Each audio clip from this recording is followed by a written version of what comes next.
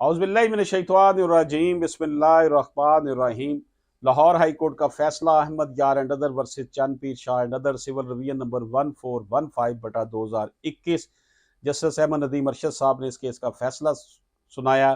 2024 LHC 3919। ये है वो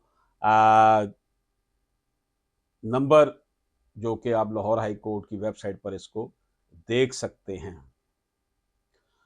अब ये हमारे सामने एक जजमेंट है हक़ शुफ़ा के हवाले से, जिसमें जो इशू हम डिस्कस कर रहे हैं अपनी इस वीडियो में, वो इशू ये हैं: what are the parameters to prove a fact through a oral evidence. Oral evidence में आप किस तरीके से अपना पता कर सकते हैं, अपनी जो बात को मनवा सकते हैं।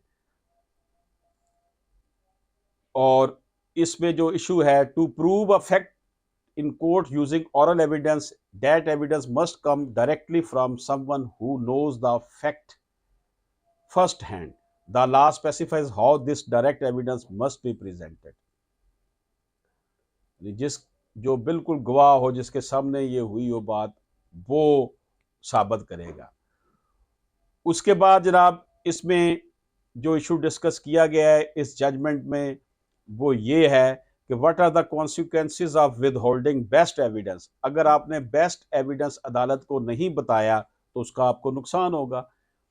If a party in a case does not provide the best evidence available, the court can assume that this evidence would have been harmful to their case. यानी कि अगर इसने छुपा लिया है कोई शहादत, तो इसका मतलब है कि उसने इस चीज़ का इसका केस खराब कर देना था।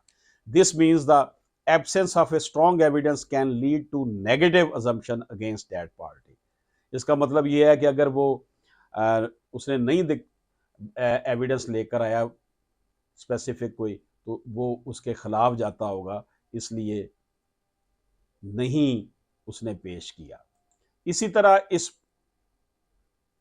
वीडियो में हम देख रहे हैं इस जजमेंट की एक और बात कि what is the effect of non appearance of a party as its own witness.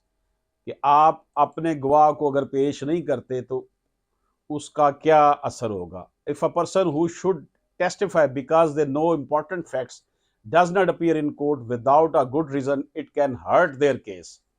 अगर कोई नहीं आएगा तो फिर इसका मतलब है कि आपका केस खराब हो जाएगा अगर आप अपने गवाह को नहीं पेश करते। इसी तरह एक और इम्पॉर्टेंट बात जो इस जजमेंट में हमने डिस्कस की है कि what is the effect of non appearance of a party as its on witness. फिर एक और है जी, what is the value significance of informer of sale in a preemption suit. फिर है जी, what is the essential element to establish तलब मुहाबात। तो इस हवाले से नॉन अपीयरेंस की बात हमने की जैसे पहले कि आप अपना केस खराब कर देंगे अगर गवाह को नहीं बनाएंगे। इन अ प्रीएम्पशन केस, हक शुफा के केस में, the informers is a crucial because they help prove that the first demand to exercise the right of preemption was made.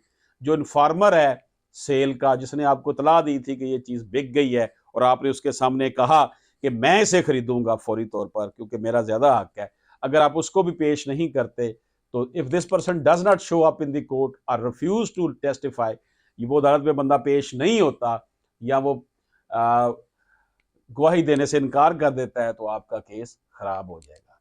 तो इसी तरह एस्टेब्लिशिंग तलब मुहाबत की बात की गई है कि द टू प्रूव तलब मुहाबत द क्लेम टू प्रियम्पशन।